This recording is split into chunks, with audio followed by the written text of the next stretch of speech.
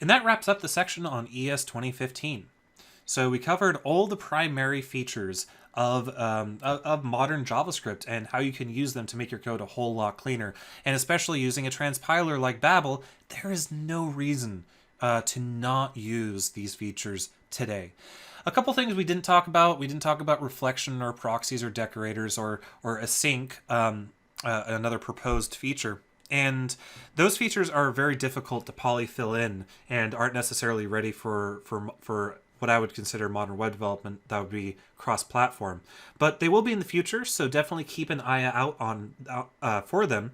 Hopefully you guys know to keep track of those compatibility grids and the TC39 roadmap, so that you know when these features are available for use and where to learn more about them. But yeah, I think we're done talking about ES 2015. All the features that we used here, I will be using for the rest of the course.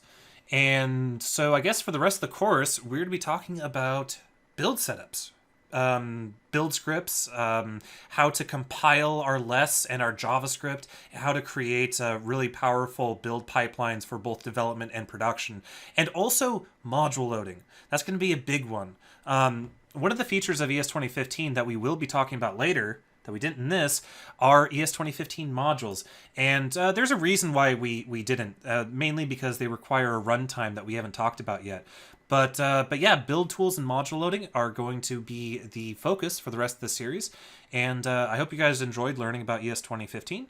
And we'll see you guys in the next video when we're going to start talking about Gulp.